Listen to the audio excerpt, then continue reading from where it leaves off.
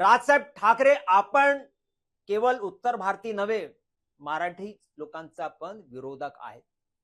म्हणून मी तुमच्या विरुद्ध सुप्रीम कोर्टमध्ये जाऊन ही याचिका केलेली आहे. महाराष्ट्रात गुढीपाडव्याच्या दिवशी माननीय श्री राजसाहेब ठाकरे यांनी आपल्या व्यासपीठावर आपले कार्यकर्त्यांना हे आदेश दिले की ज्या लोकांना मराठीमध्ये बोलता येत नाही त्यांच्या कानफट्यात मारा.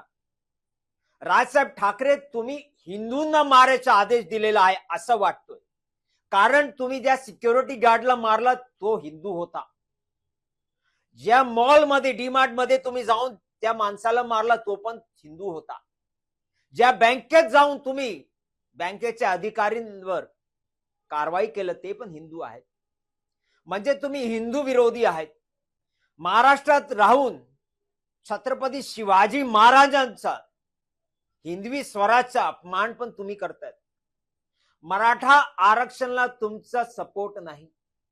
राजसाहेब ठाकरे आपण केवळ उत्तर भारतीय नव्हे, मराठी लोकांचा पण विरोधक आहे.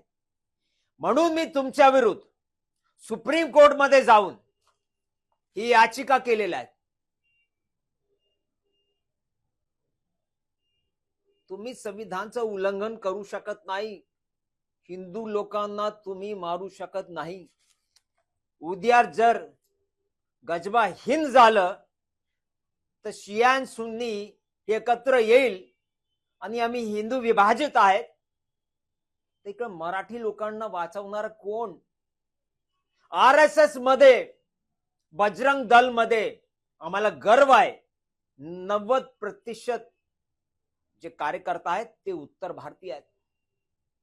त्यांचे वडील, काका, मोठे भाऊ, आजोबा हे जे ड्युटीवर आहे, जे सिक्युरिटी गार्डचं काम करतायत, मॉलमध्ये काम करतात, त्यांच्या कानफटीत तुम्ही मारतायत.